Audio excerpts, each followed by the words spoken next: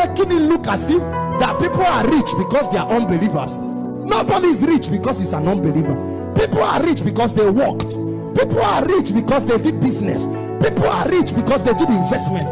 Stop making it look as if because they were unbelievers, that's why they are rich. I know unbelievers that are in penury. They are poor. They have nothing to eat. The man works, whether he's born again or he's not born again, he can be rich. But what we have that is a privilege is that God can bless our bread.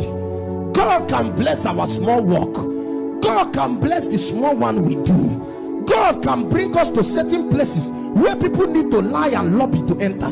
God can bring us to such places by favor, by favor, by favor.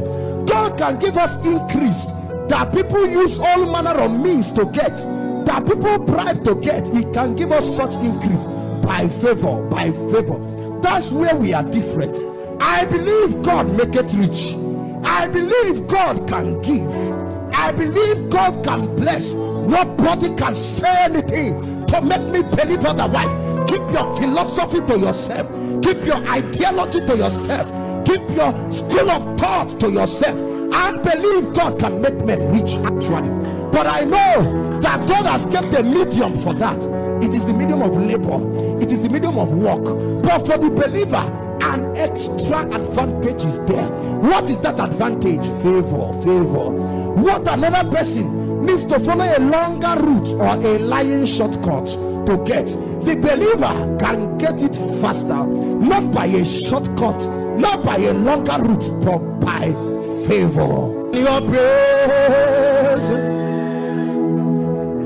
he said, whether you have been born again 10 years ago here or 12 years ago, the words that I speak should kindle a call in your heart. If you're humble, you should be asking yourself a question, Bro Chika. The question is, I don't think I've appreciated God enough.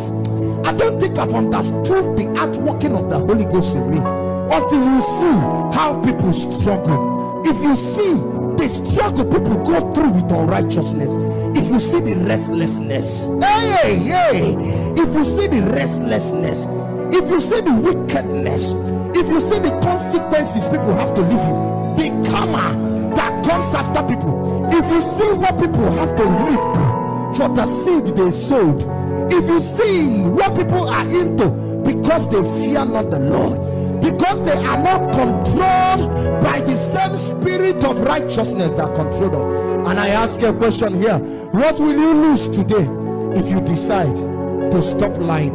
If you decide